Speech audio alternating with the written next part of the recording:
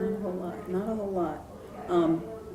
So you're doing tutoring now. Do you have any sense of about this is a little bit of an aside, but all of the education debates and do you have any thoughts about Thank God my kid's not in K through 12 anymore. I don't know what to make of the current proposals, and I don't know, since Mayor Gray didn't win the primary, I'm wondering if those proposals are going to fly. Mm-hmm.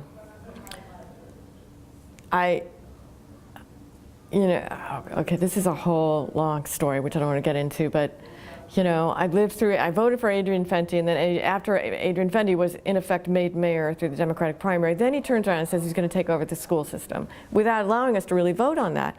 And then, it's like, well, I could be convinced that's a good idea, but you need to present that to me, when you're not the de facto mayor. And I'm now convinced it's not a bad thing. Maybe it might be a good idea. But then he hired Michelle Rhee, who just. Okay, that's another story. But look at this. It's like what they're doing now with the deputy mayor for education, Abby Smith. It's got this huge plan about how we're going to change everything. We'll have a high school lottery, and then we'll have a local lottery among 4 schools for elementary schools. And it's like I can see ways in which that might be a good thing. But you're talking about massive change again, without any of the building blocks, without any of understanding of how you get people from one place to the next. And it sounds to me like Catania and Bowser are not going to go for this because there's enough pushback. But I'm glad I'm not dealing with it. But the school system's always been about, what I say about DC, lots of choice, not much guarantee. It's always been kind of, you need to work the system and get the best arrangement you can. That's nothing new. And I think maybe what's different now is that the middle class residents maybe feel more entitled that they shouldn't have to deal with this.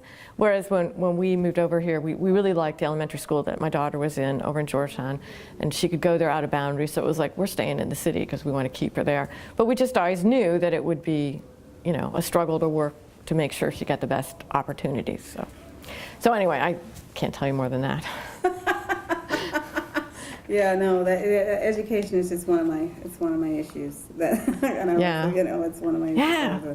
Yeah. Because it's whacked. Yeah.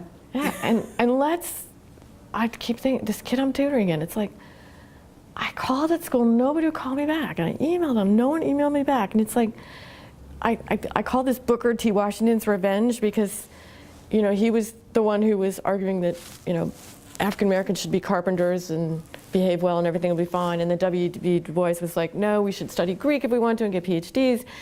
And I guess Du Bois went through such this horrible, horrible time of being shut out because Washington had so much power. And now Du Bois has won, which is great. But there are people who should be carpenters.